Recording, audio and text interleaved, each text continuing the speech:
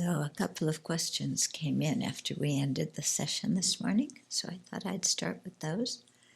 So one of them is, how do you interpret and explain when many obstacles and difficulties emerge at the same time, as if they ripen all together, and how to deal with it?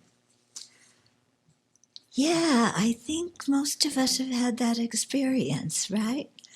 Where everything, your life seems to fall apart altogether. You would have much rather that the different crises get spaced out and that you could schedule them and know they were coming so you could prepare and then have enough time to recover from each one before the next one came. It'd be so nice if our obstacles and crises came like that, but they don't. Yeah? And so very often they all, the various different non-virtuous karmas that we created, the seeds from those ripen all at once, and there we are, and we are in a feast of obstacles.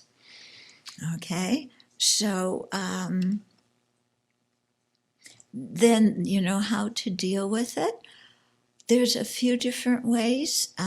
In the Lojong, our mind training teachings, there's a whole section about taking adversity into the path. And I think that's the best way to deal with all the obstacles when they arise. And so it's important to study those teachings. And like I was saying this morning, not just study them, but in our meditation, make up examples and practice thinking in accord with those teachings, or take out situations that happened to us before and where we kind of lost it and, got really upset, and try to now in our meditation think about those situations, but seeing them from the perspective of the mind training teachings. And that way you get a lot of very good practical experience with applying those teachings. Okay, maybe I can give you some examples. Of course, I get to talk about myself and all my problems to do so, but, and you have to listen to it. But,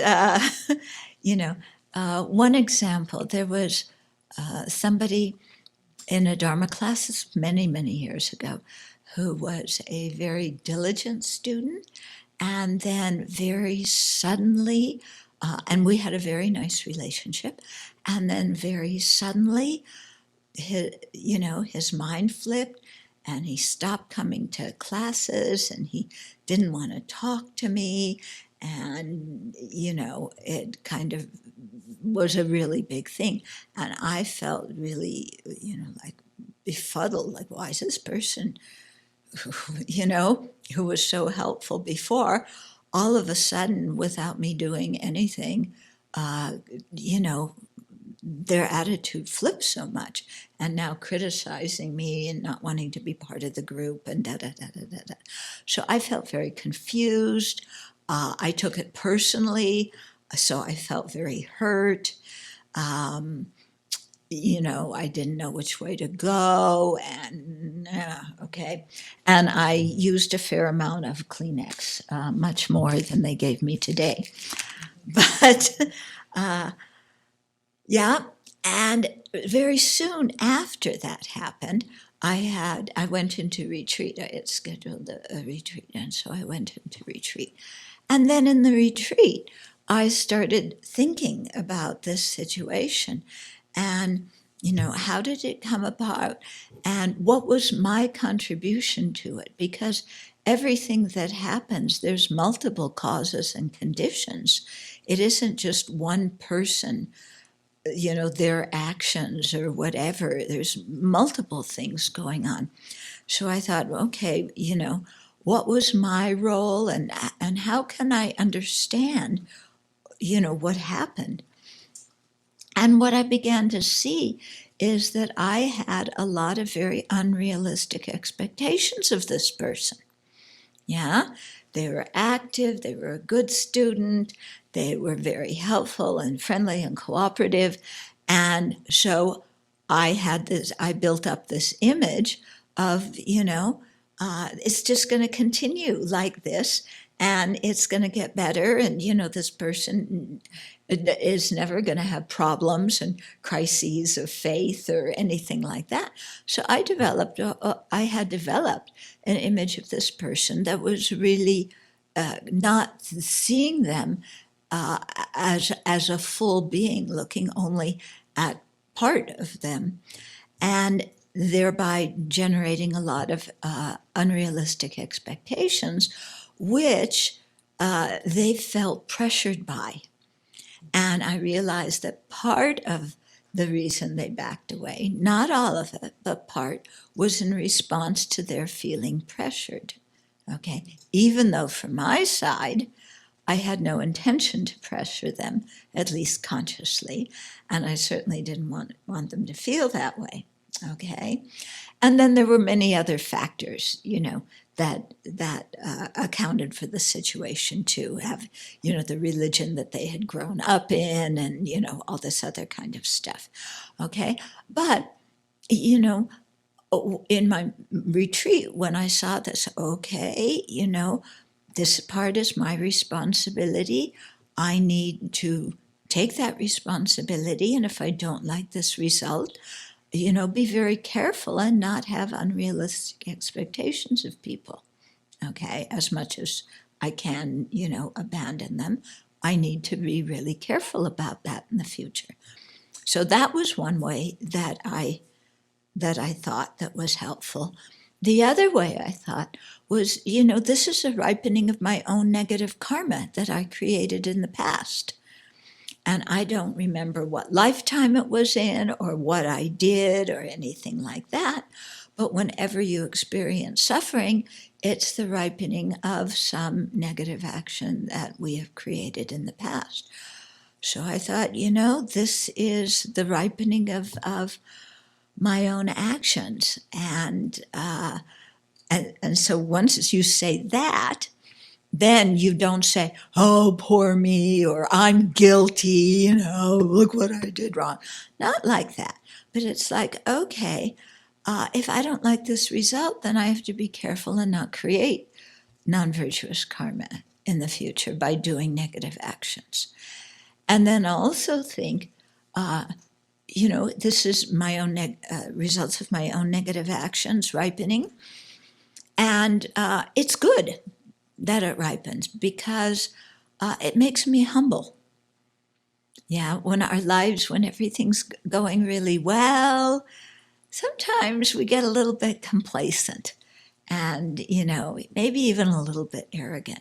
And then when things fall apart, it wakes us up. We become more humble and we open our hearts and compassion to other people who are experiencing similar difficulties, instead of just feeling complacent, like, well, I don't have that problem, and, but realizing, oh, yeah, I do have that problem, and, I shouldn't be arrogant or complacent about it. Also, when we have difficulties, it can motivate us to get out of samsara. Yeah, because sometimes we forget that samsara is, a hell house. And we think samsara is a, pleasant palace and a garden, and it's pretty good. And all we have to do is just tweak it a little bit and make it better. But, when we have problems, it reminds us that, no, there's never going to be any lasting happiness in samsara. And so if I want lasting happiness, then, I have to give up samsara and create the causes for liberation, create the causes for full awakening. Okay, and that's up to me to do. So instead of just trying to tweak my samsara and prevent people like this person from doing that to me, maybe I have to think about getting out of samsara altogether. And then, like I said, it helps generate compassion for people who have similar problems like that. And then we can use that compassion to generate bodhicitta that wants not only ourselves, but all living beings to get out of samsara. So, when you have difficulties and suffering, there's a number of different ways to practice, to train the mind and to look at the situation so that we flip something that, our regular old way of reacting to things would just be self-pity, anger, belligerence, and we create a ton of negative karma like that with that kind of attitude. To flip that kind of situation so that it becomes something that we can learn from that will spur us along the path. Okay? So to practice like this, we have to learn the techniques and then we have to remember to do them. And that can be hard because sometimes when suffering comes, our Dharma is out the window. We don't think of it. We go right back to all of our habitual patterns of anger, self-pity, whatever it is. Okay? So this is why, I really emphasize not just learning things, but practicing them repeatedly in our daily meditation practice. Yeah. So that then when difficulties come, we can remember them. And when we meditate on these different antidotes, our mind will cooperate and go along with them. Yeah. Instead of saying, oh, yeah, it can make me more compassionate, but why aren't those people more compassionate to me? I'm the one who's suffering now, So we start out with a little bit of Dharma and then we flip back to poor me. Yeah, okay, so that's what I hope is helpful advice. Okay, then the next question, this is an interesting one. Do we create institutional racism and sexism in our own minds?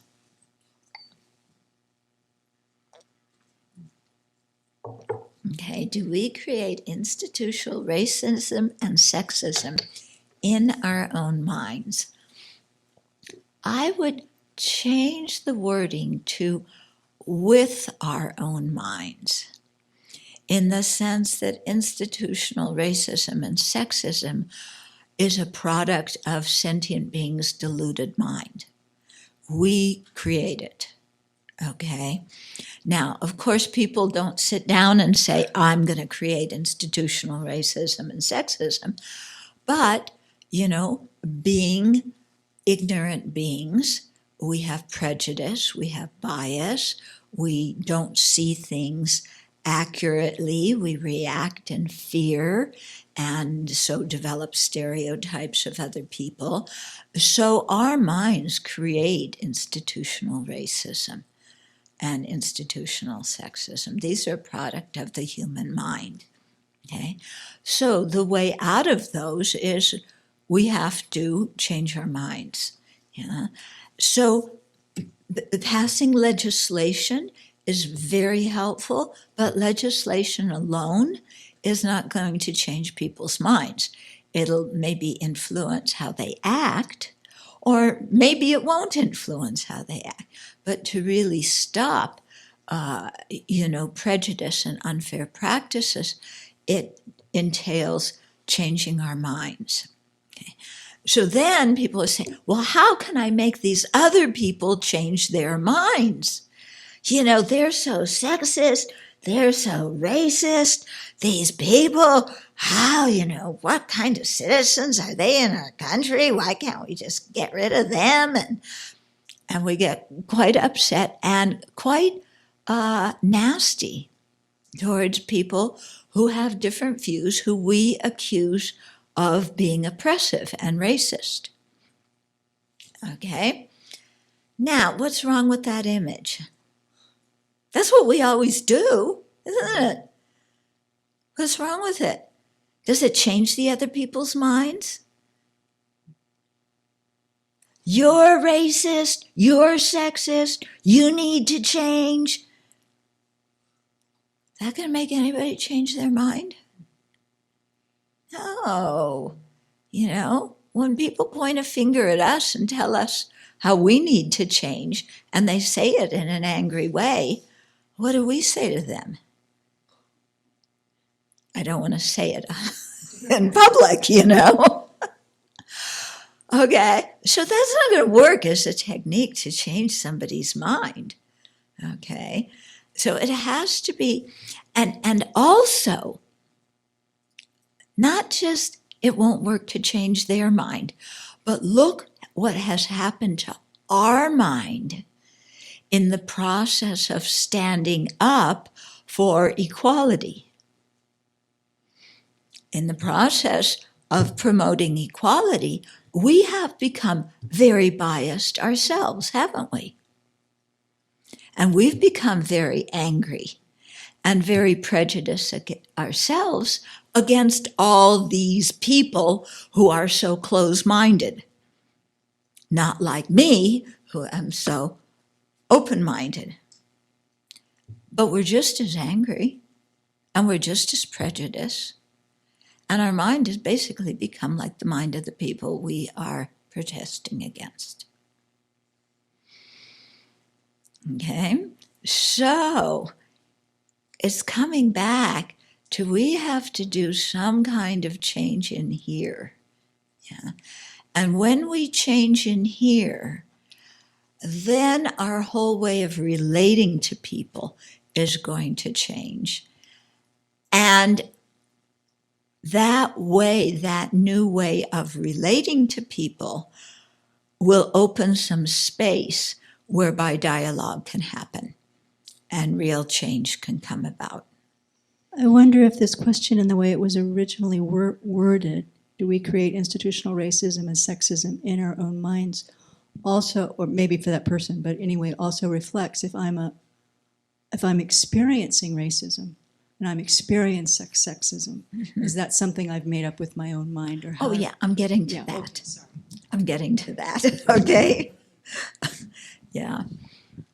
So, where was I? So it comes back to, you know, looking at our own mind and taming our own mind, yeah? And then creating some space for dialogue. Now, to come back to what you brought up, which I was going to get to, are we creating institutional racism and sexism in our mind? I don't know that.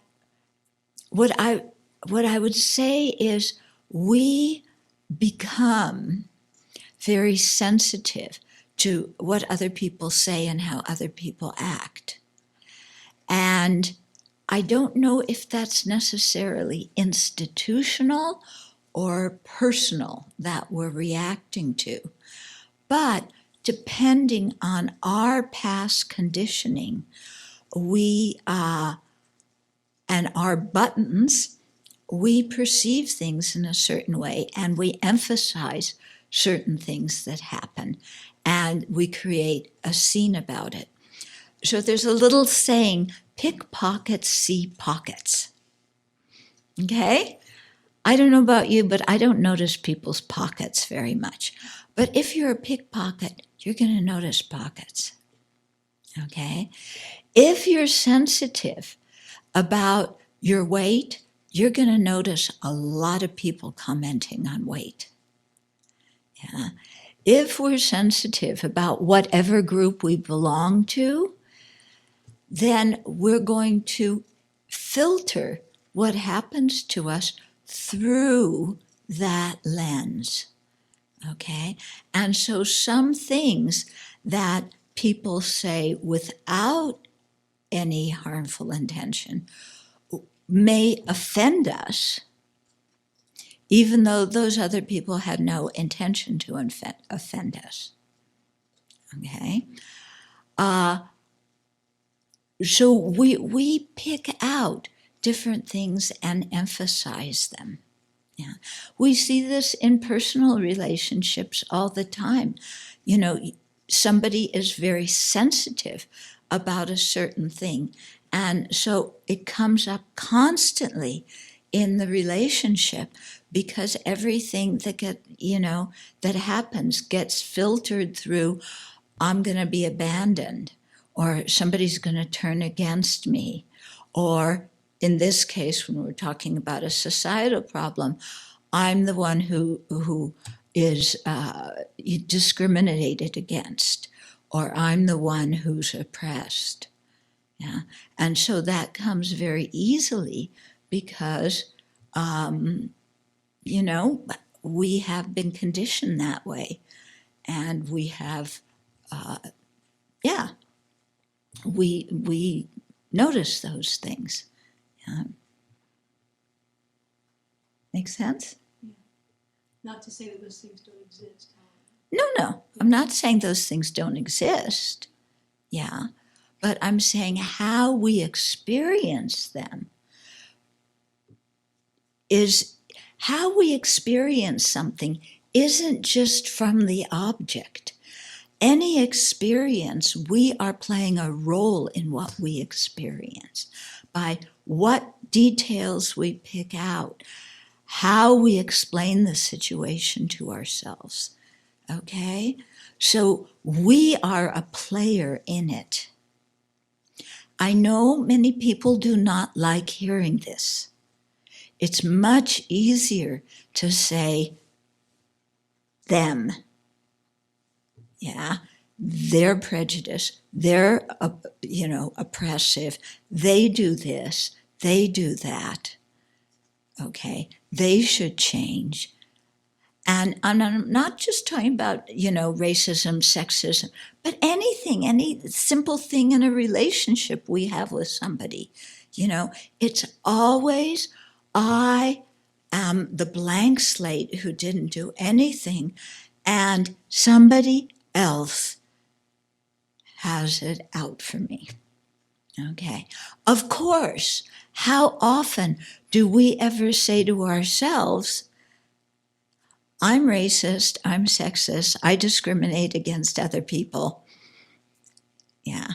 How often do we notice our own prejudices? Not very often. Yeah.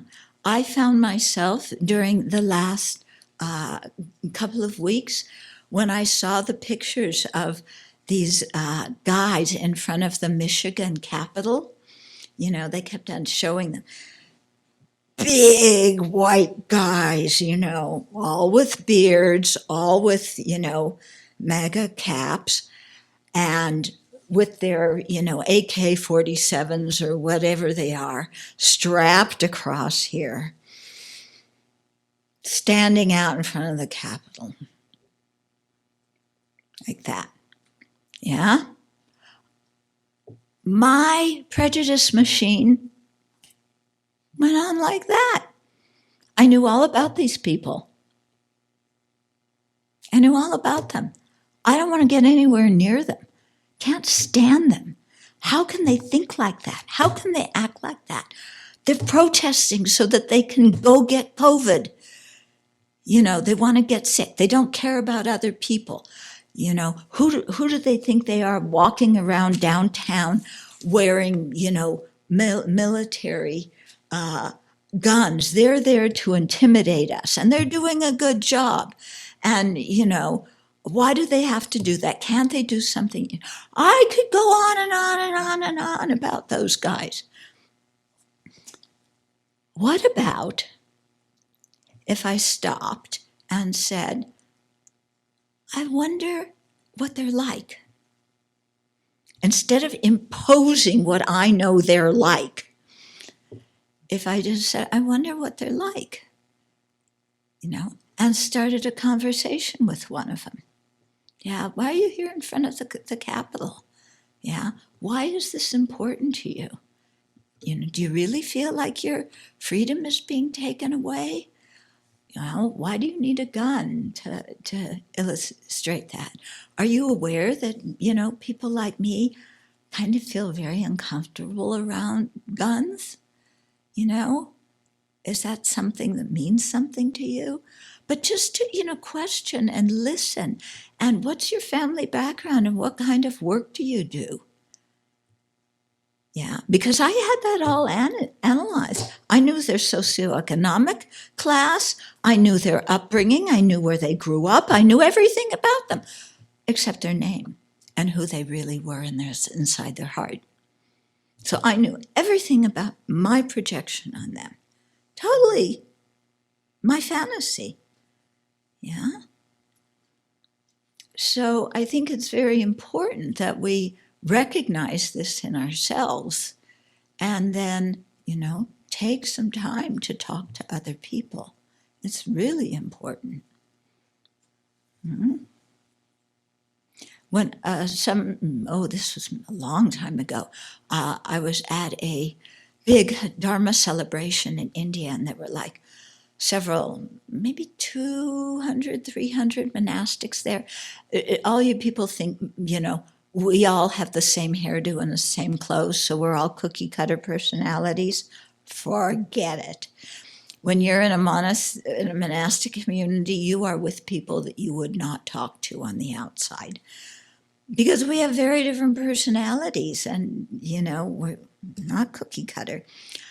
So there I was in that, and I didn't know a lot of the people. And I gave myself the assignment of, during this 3-month gathering that we were having to practice together, I was going to talk to every single person and make sure that I had a good conversation with them. Find something that I had in common with that person to talk about and to learn about, and see where they were at. And I did that. And it was an incredible experience for me talking to people that I wouldn't normally have talked to. And I learned a lot. Okay. So I find I have to kind of give myself that assignment to do that. But it's very helpful when I do. Okay. Now, I'm sure some people are going to go, well, that sounds very nice, but don't you know that you have this and this and this and this, and you do this and this and this and this and this, and why don't you own it? Thank you very much. What can I say? We're all trying, aren't we? Okay. Let's go on to chapter 21 in the book, which is entitled Feeling Empathy.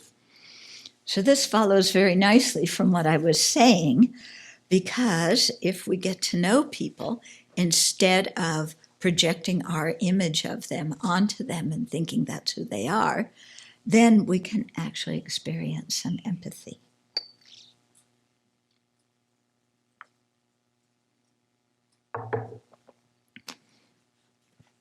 Okay, so this is a quotation from Chandrakirti's supplement to Nagarjuna's treatise on the Middle Way.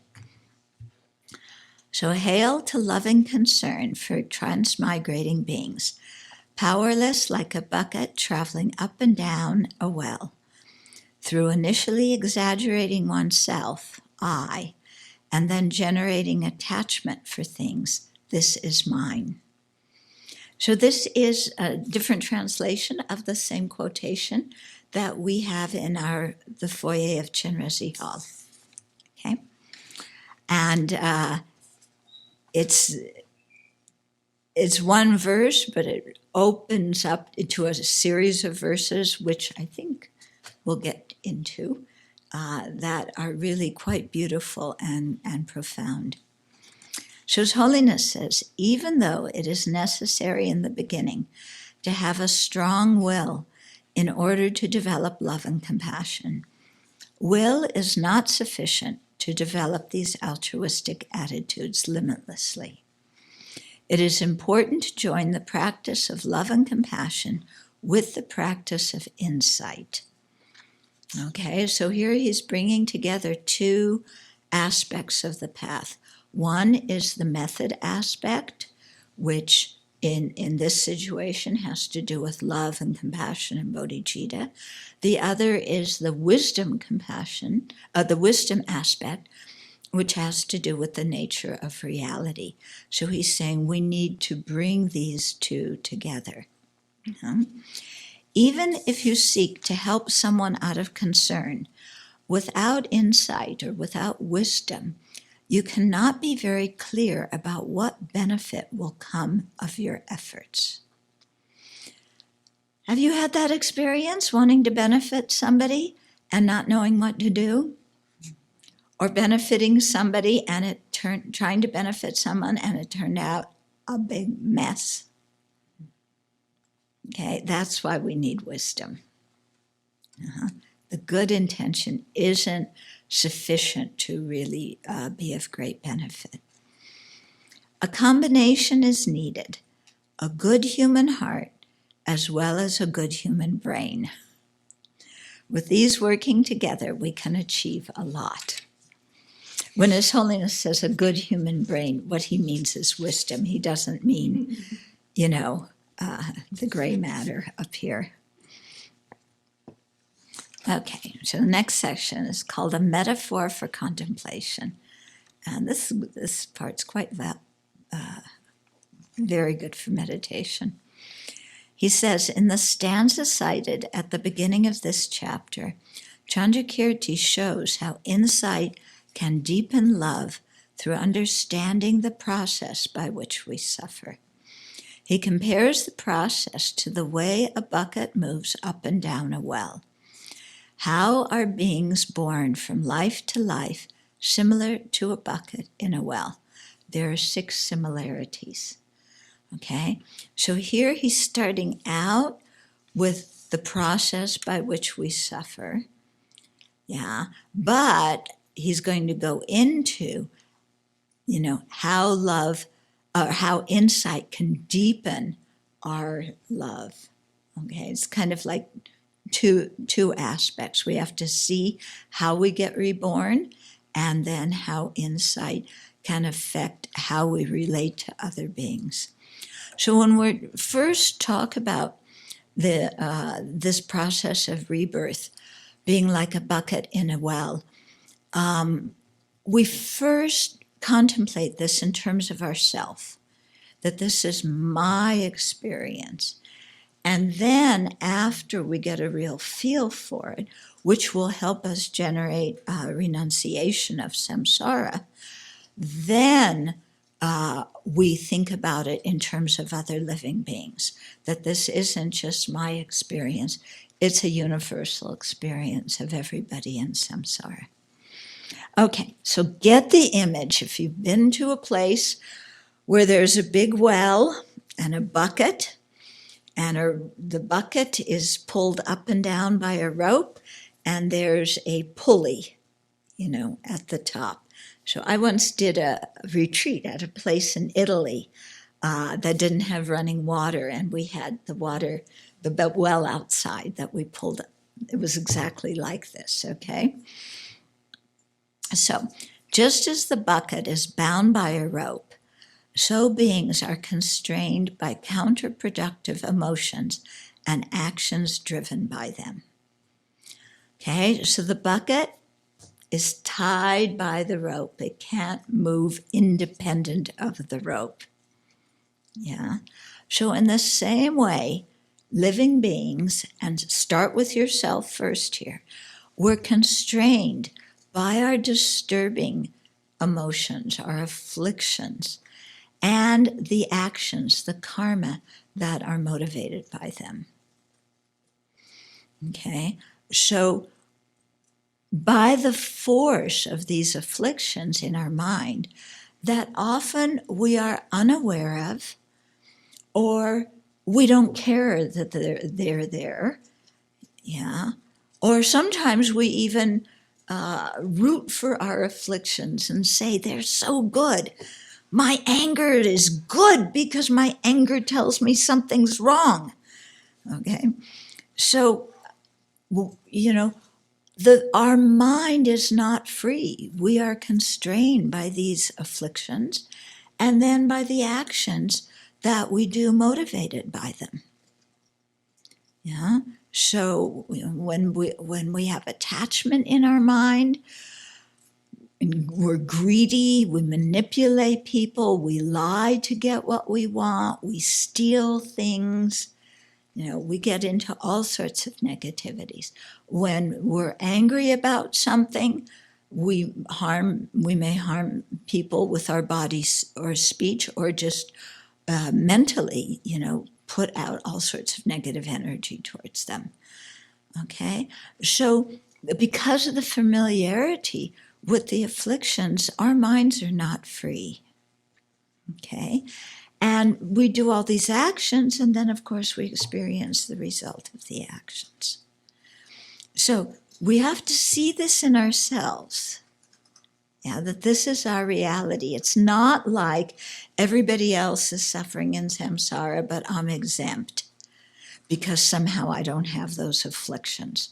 No, we're right in the midst of it ourselves, okay? So to see it in ourselves, that this is our situation, and then to look around and see this is everybody else's situation too. So when you look around, okay, first you think of the people you're really fond of, and their minds are not free. They're overwhelmed by disturbing emotions and wrong views too.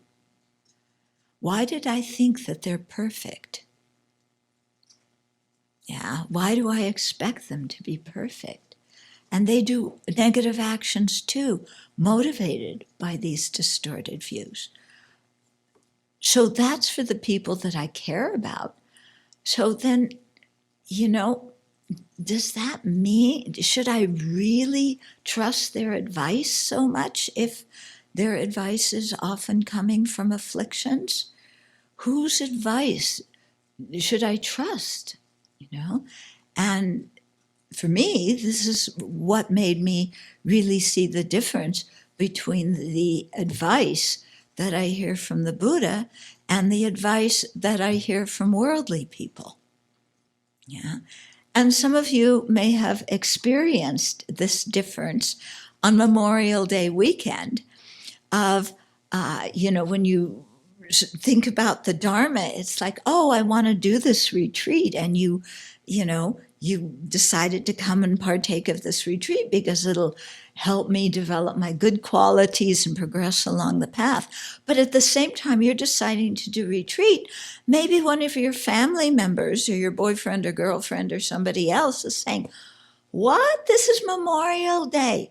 We've been on lockdown for a couple of months. This is our time to go out and lie on the beach. Let's go. What you're doing to attend a retreat is ridiculous. Okay? And this person you care about, who you trust, now, who's giving you good advice? Whose advice are you going to trust? We often trust the people who we care about. But sometimes their view on life is very narrow because it's only considering this life. Or their view is very narrow because they're siding with you against somebody else in some conflict instead of seeing the big picture. Okay? You get what I'm saying here? So to really, I know when I think about this, it makes me pause, and it's like, okay, I have to have my discerning wisdom activated when I listen to people's advice and see who is giving me good advice, even if sometimes it's unpleasant to hear, who is giving me good advice, and who is giving me advice that is very pleasant to my ego, but not at all helpful for me in my spiritual practice. Okay?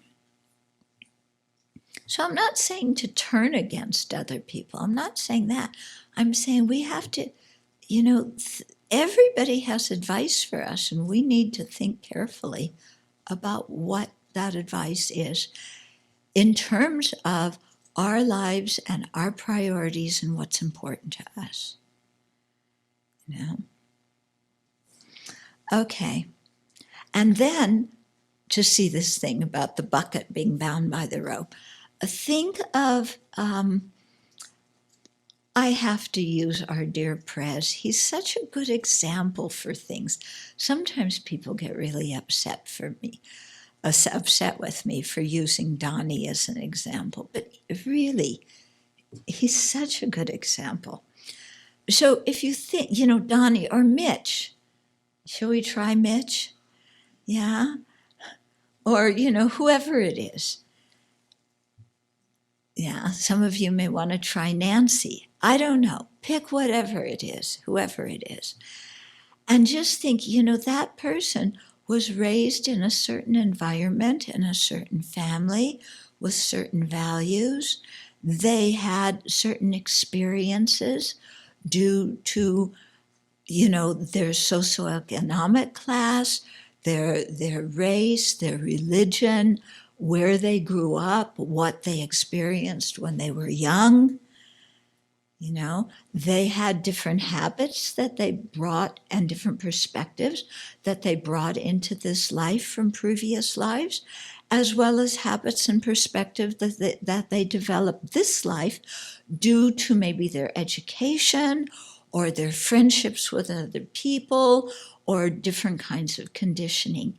And because of all of that, they are also bound by a rope when we see them acting with ignorance or jealousy or arrogance or complacency or resentment or vengeance, to see, this person's mind is obscured.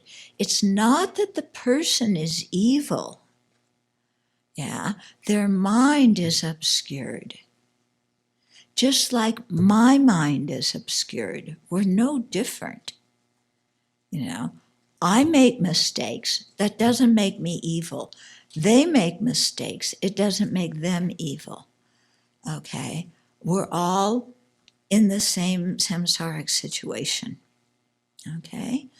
So can I have some compassion for how their minds are tied up in knots and unable to see things clearly, in the same way that I want people to have some compassion for me, and how I have to have compassion for myself, and at the same time correct my faults as much as possible. Okay, this is making some sense. Yeah. Okay, then the second one, there's 6 similarities here.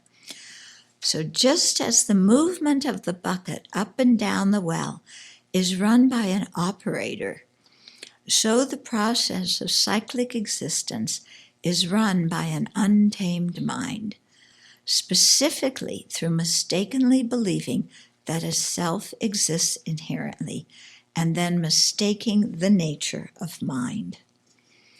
Okay, so the bucket is controlled by an operator. There's somebody pulling the rope. Okay, so the bucket doesn't have freedom. It's controlled by it's limited by the rope, and it's controlled by the operator. Okay, so in the same way, that operator is our untamed mind, specifically our ignorance. And that controls our life. We sometimes are really like puppets in the grip of our ignorance, anger, and attachment. Yeah? Have you ever thought that way about yourself? Have you ever looked at some of the, put it this way, think of some of the stupid things you've done in your life. Okay, may I be so bold as to suggest you've done some stupid things? Yeah. So I think we've all done stupid things, right? We had a retreat once where we went around and we shared some of the stupid things we had done. It was very, very good. Kind of be transparent and admit it and all. Okay, when you think of the stupid things you've done, were you completely wise? Were you thinking clearly when you got involved in that kind of behavior or that kind of situation or did that kind of action? Were you thinking clearly? Was your wisdom operating? Were you thinking of the results of your actions on other people? Were you thinking of the results of your actions on yourself? No, we were out to lunch and operating on automatic, fueled by ignorance, anger, and attachment. Yeah? And just, we were really out to lunch. Can you think of times when you were out to lunch in your life? You know, when you did things that you hope that you really hope nobody can read minds because you don't want anybody to know that you did that or thought that. Yeah?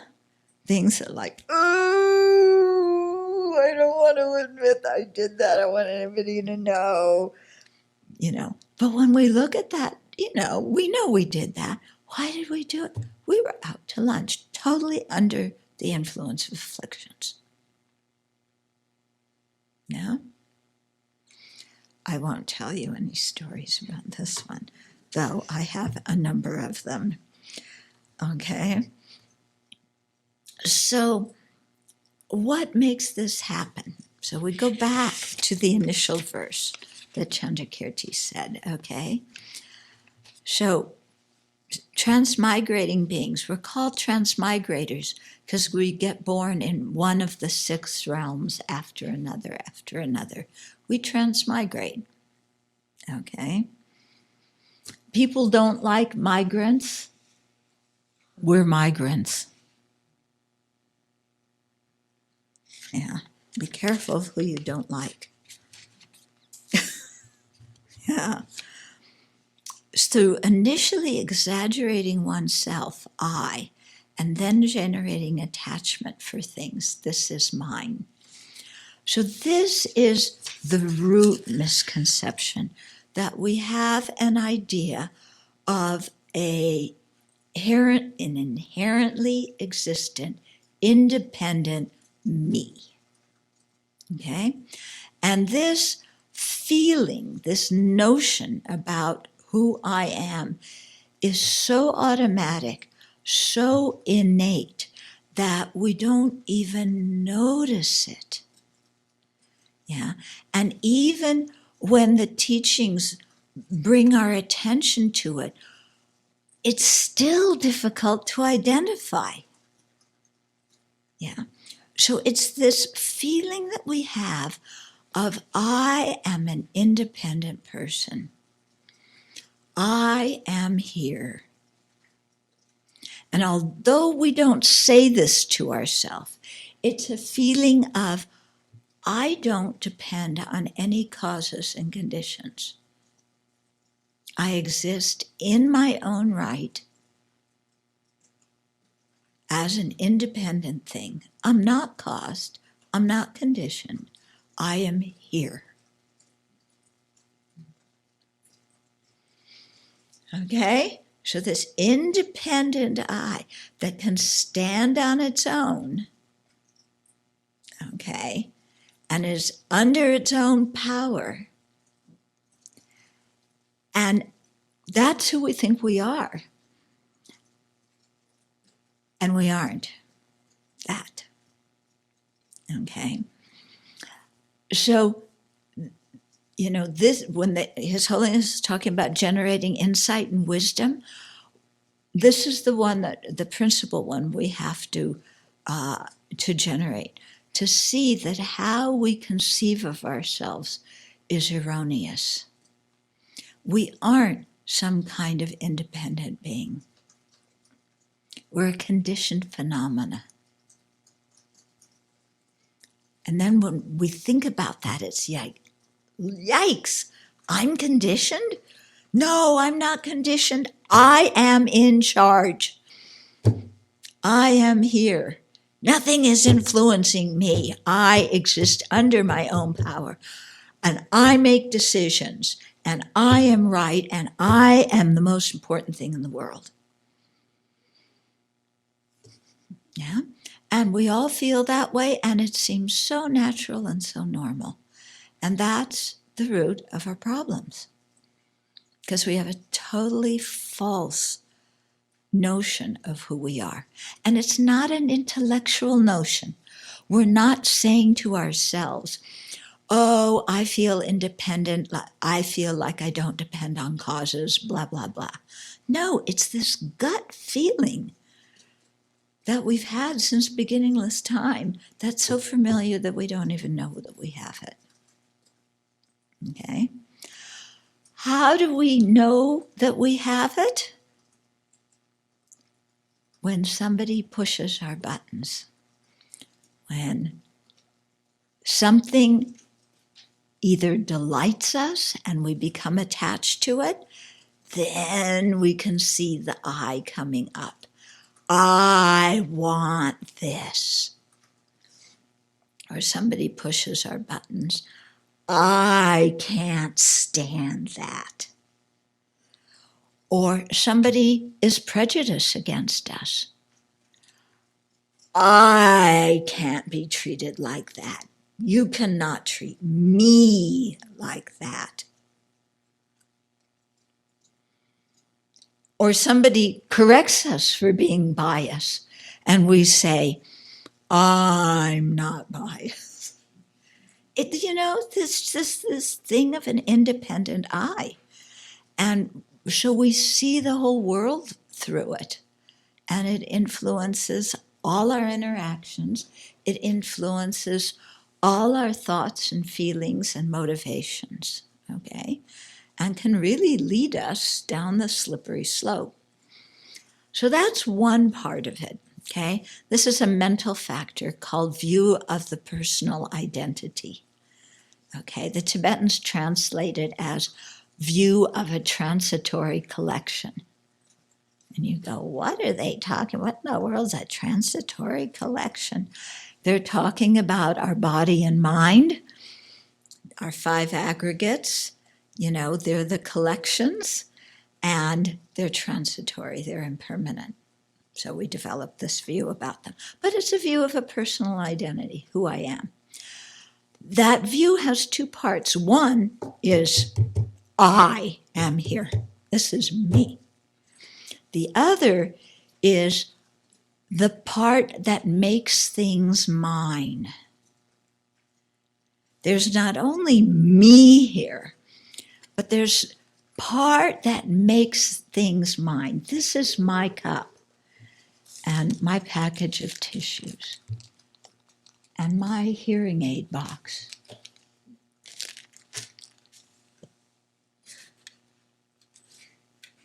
I don't see, oh, this is mine too. They gave it to me. This is mine. It is not yours.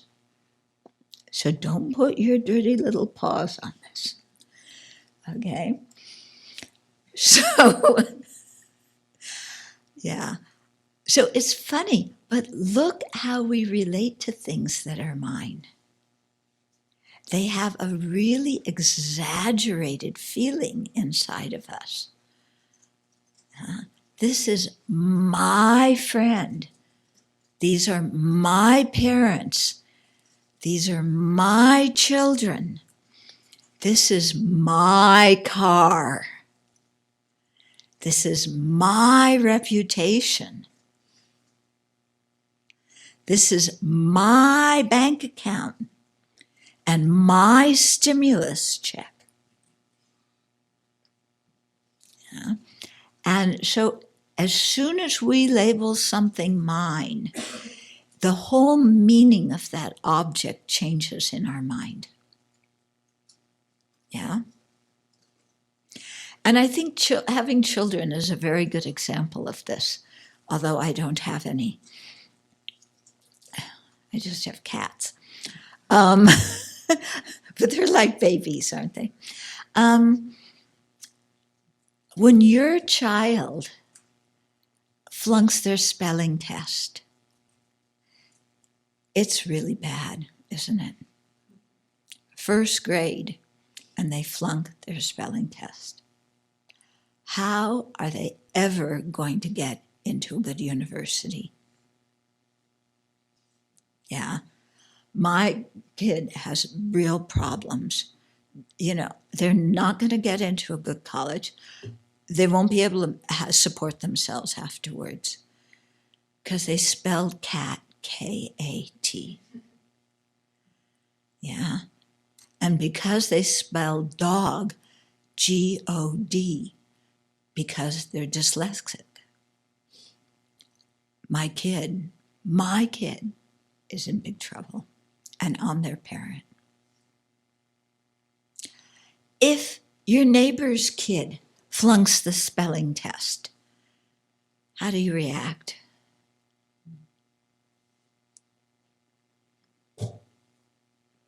They're in first grade. What do you expect? Give them a break. They'll learn how to spell. And anyway, they can always use spell check. So, calm down, you say to your neighbor. But when it's your kid, my kid, then it is a big deal. When it's our new car that gets dented, whoa. When it's somebody else's car that gets dented, too bad.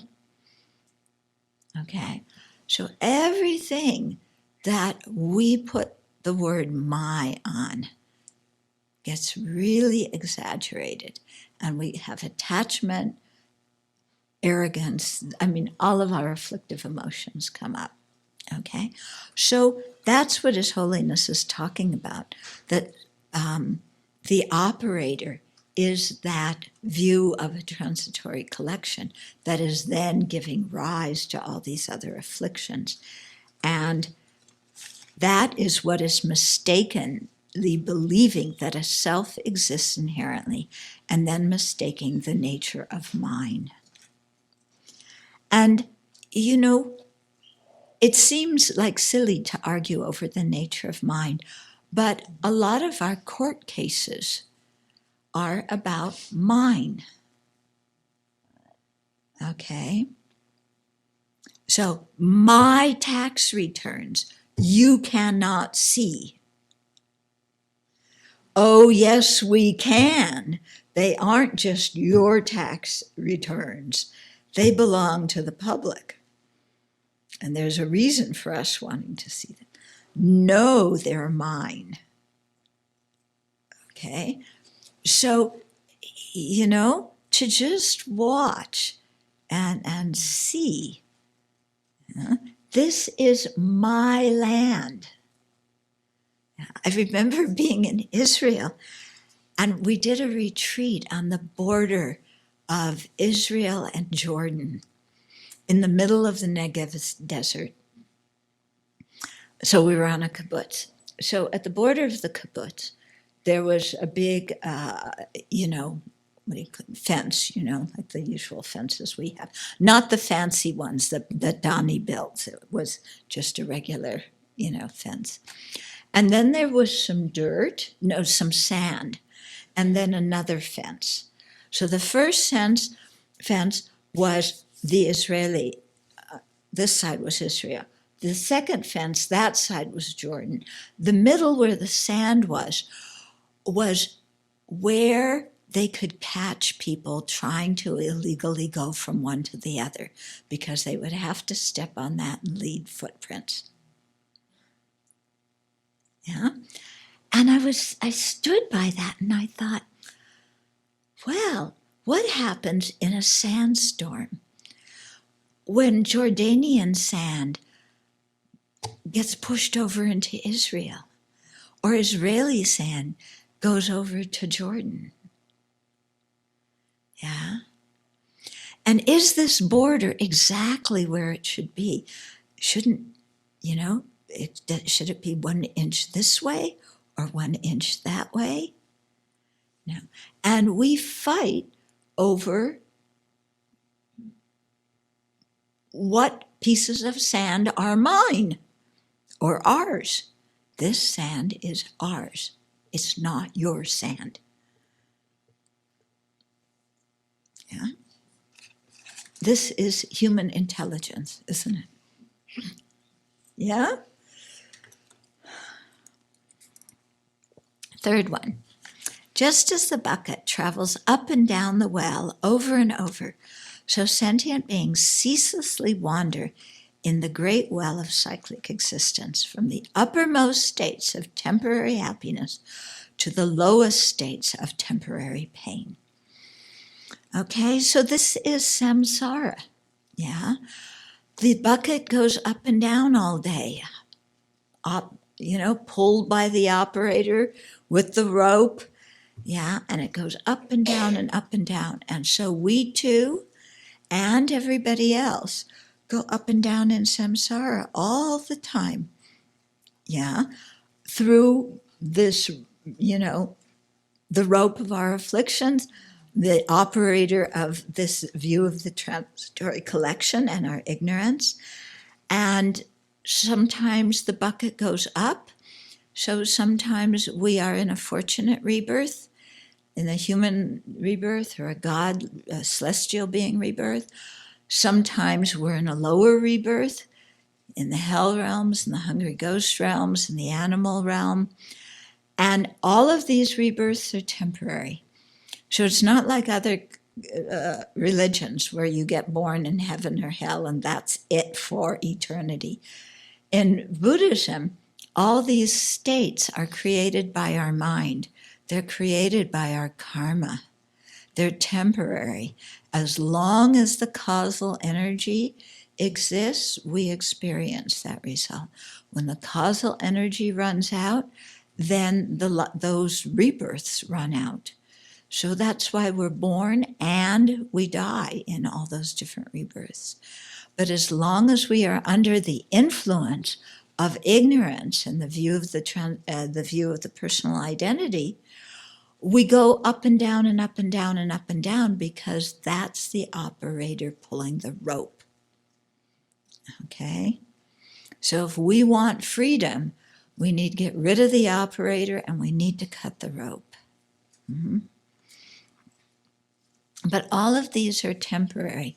So it's important to remember that when we have a good rebirth now, like the precious human rebirth we have now with all of the conditions necessary to practice the Dharma, it's temporary. They say in some of the prayers, the glance meditation prayers, they say this precious human rebirth attained only once. Yikes, only once. They say only once. Actually, it can be more than one time. But it's so rare to have all the causes and conditions come together for this rebirth that it's as if we only attained it once. Okay? So it's a rare opportunity. Don't take it for granted. And similarly, when we're in suffering states, either a suffering rebirth or in this life we're experiencing suffering, to remember that it's transient, it's impermanent, it's not going to last forever. Even if we want a happy state to last forever, it won't. Even if we think that our problems are going to last, of this life are going to last forever, they don't. Okay? They're all conditioned. So this whole thing about conditioning, cause and result, yeah, impermanence, transience, change. This is our whole life exists within that framework.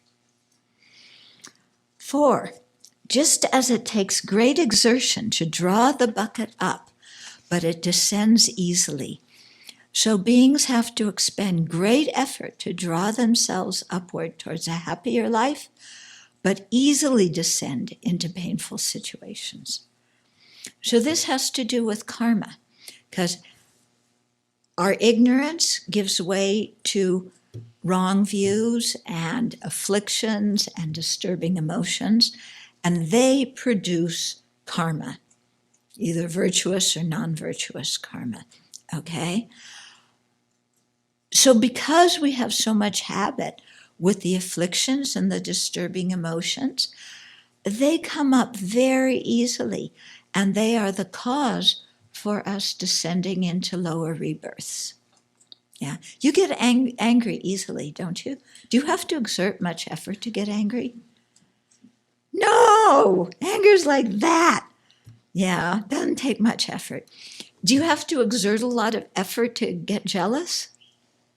To sit there and really think about it and think of all the logical reasons why you should be jealous? You know, what about greedy? Yeah, any exertion needed to be greedy? Yeah, to be arrogant, to be lazy, to be vengeful. Oh, these things, so easy. Okay, what about to be generous? Does that come as easily as being greedy?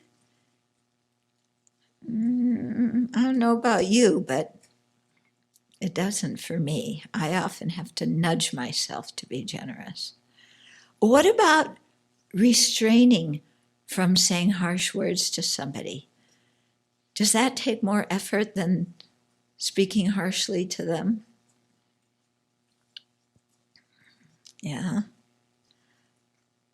Think of, these kinds of things, that the defilements come so easily. The others take a lot of effort. Okay, it's easy to be lazy. It's easy to make excuses for ourselves. It's very hard to own our own responsibility. It's very hard to, energize ourselves to create the causes of happiness, even though we want the result of happiness.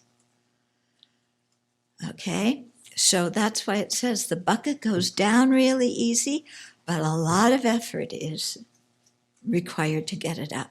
So we fall down to the lower realms very easily because our unwholesome actions come quite easily, but having a good rebirth, takes a lot of effort to create the virtuous causes for that. So it's not as rare or as easy to come by. I mean, it is very rare, but not as easy to come by. Okay, then 5. Just as a bucket does not determine its own movements, so the factors involved in shaping a person's life are the results of past ignorance, attachment, and grasping. In the present, these same factors are continually creating more problems for our future lives, like waves in the ocean. So this is what I was talking about this morning, okay? The bucket doesn't determine its own movements, okay? So likewise, the things that shape our decisions, our choices, what we get involved in, are in large part, results of past ignorance, anger, and attachment. Okay, negative habitual attitudes that we had in the past that then play out again in this lifetime in different actions. And in the present, the same things coloring and filtering our interpretation, making us angry now so that we not only experience the results of past actions, but we are creating the cause for our future experiences. So that's why this verse talks about past things that shape our life and present things that are creating our experiences, not only in this life, but also in future lives. Okay, and so in that way, we don't determine our own movement. If we just sit back and let our afflictions run the show, we don't determine our own movements, just like the bucket doesn't.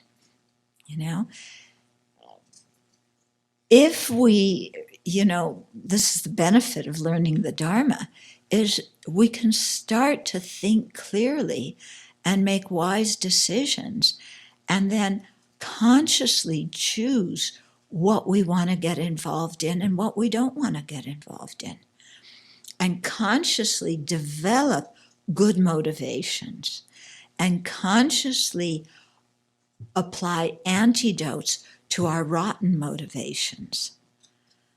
Okay? So when I was saying this morning, this is the nice thing about being an adult, is that we get to look at these things and start to deal with them. This is exactly what I was talking about. Okay? And so we have a choice, on what to do if we take that choice. But what we hear so often, people say, and what we say ourselves is, I have to do this. Yeah, I have to do this. I have to do that. I have to do this. I have to do that. Yeah. Somebody once pointed out to me, the only thing we have to do that is for sure to happen in our life is death.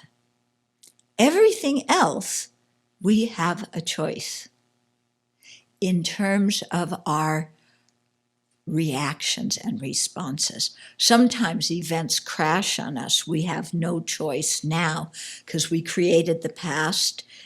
We created the causes in a previous time. We didn't purify, so negativities, we have problems now. Or same thing, we created the causes of happiness. We experience that happiness now. Yeah. But the key is, how do we respond to those situations? Do we just operate on automatic? Every time there's something desirable, do we operate with attachment, clinging? I want it. I've got to have it. I deserve it more than the other person. I'm bored. This will ease my pain. Okay, I don't feel good about myself, so I'm going to, go out and exercise my right to, drink and drug and watch porn and do whatever it is, okay, in an attempt to be happy. And we're choosing to do that, motivated by our own afflictions, because we aren't actively taking a choice out of wisdom. We're letting our afflictions push us. Yeah. Have you noticed that in your life sometimes? Even as practitioners, we sit, we meditate. Okay, I'm really going to work on my temper. When people criticize me, I know that they're really saying more about their own state of mind than me. And even if they are saying something about my behavior, if I did it, I have to acknowledge it. I don't need to get defensive. I don't need to get angry. I don't need to be offended and have a fit about the whole thing. I'm just going to listen to their criticism and operate out of my wisdom. Yeah. Morning meditation. Okay, 5:30 to 7. You got it really clear. Okay. You leave the meditation hall at 7 o'clock and somebody says, it's your turn to make breakfast. What? It's not my turn. They didn't put the tag in front of my name. It's in front of somebody else's name. Why are you telling me to go make breakfast, I have something else I want to do now. You can go make breakfast. Out the window, isn't it? Yeah. And they weren't even criticizing us. They were just asking us to make breakfast so that we could eat breakfast too. But we don't want to make the breakfast that we're going to eat too, because somebody is asking us to do it. And I'm not on the rota. And that rota, there's 11 commandments, the 10 God sent, and the rota is the 11th. And I'm not doing anything that's not on that rota.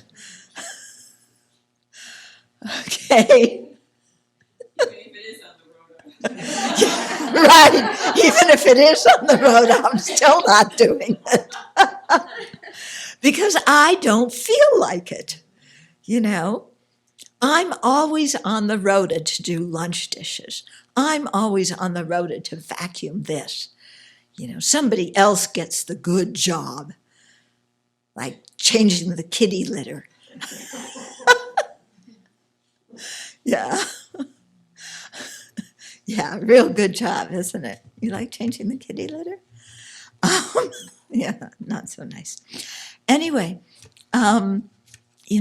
so we have a choice, but we so often just operate on automatic and there's a thought that comes in our mind and we think following it is going to make us happy. So we follow it and we do whatever that is without thinking, what is the effect of doing this action going to have on me in this life? What kind of karma is it creating that I will experience the result of in future lives? And how is my present action going to influence other people around me? Is it going to harm anybody else? We don't think about that. This is what it means by being under the result of afflictions and karma. This is what it means by being that bucket in the well. Okay? And it's our own experience, and it's the experience of everybody else around us, whether we like them or not like them. Mm-hmm. Then the sixth one, just as the bucket bumps against the walls of the well when it ascends and descends, so sentient beings are battered day by day by the suffering of pain and change, by being caught in processes beyond their control. So the bucket's going up and down, and as it goes up and down, it's banging against the sides of the well. Okay? So in the same way, we go up and down in samsara, and in all of our rebirths, we're getting banged around experiencing the results of our karma. Yeah. So sometimes we experience the results of good karma. Like this lifetime, we have a lot of good experiences. I mean, we have food. We don't live in a country that's getting bombed, So we're experiencing the result of a lot of good karma now. But then, of course, we have our problems and our troubles, and we're getting banged around by as our own negative karma created either in the past, this life, or in previous lives, as it ripens. Okay? And going up and down, up and down, up and down, up and down. Okay? So when you really think about samsara, you realize there is nothing to get arrogant about. Yeah, when you have a good situation, don't get complacent, don't get arrogant, because it's not going to last for a long time. And when you have a bad situation, don't get upset about it, because it's also going to change. And learn from the bad situation so that you can make better choices in the future. Okay? So, meditate on these six, okay? You have an evening meditation, morning meditation tomorrow. Go through these six. Think about them in terms of your own experience. Think about them in terms of other living beings as well. Okay? So we have a few minutes for questions and comments. Someone asks, it seems safe to say most of us wander through lives aimlessly without thinking much about our thoughts, feelings, and actions. Does it follow then that constant mindfulness is the key to change this? It's interesting, the word mindfulness, okay? How it's used in modern society and the Buddhist meaning of mindfulness are a little bit different. But if I take what you're saying as mindfulness to mean actually what in Buddhism we call introspective awareness, it's a mind that monitors our thoughts and feelings and actions. Yes, that kind of mindfulness or introspective awareness is what enables us to be aware of what we're thinking, feeling, saying, and doing. But alone, it is not sufficient. Okay? Because I can sit here and be mindful, I'm mindful that somebody else just criticized me. I am aware that I am getting angry. I am aware that I want revenge because this person is always mistreating me. I'm aware that I am opening my mouth and saying some insulting words to them. Yeah, we can be completely mindful during that whole process, can't we? So you see, that's not sufficient. That's not sufficient. Yeah. It's not just being aware of what we're saying, thinking, feeling, and doing. It's exercising wisdom to make good choices and to create positive, to bring up and water the seeds of our own virtuous minds and to subdue and purify the seeds of our non-virtuous minds.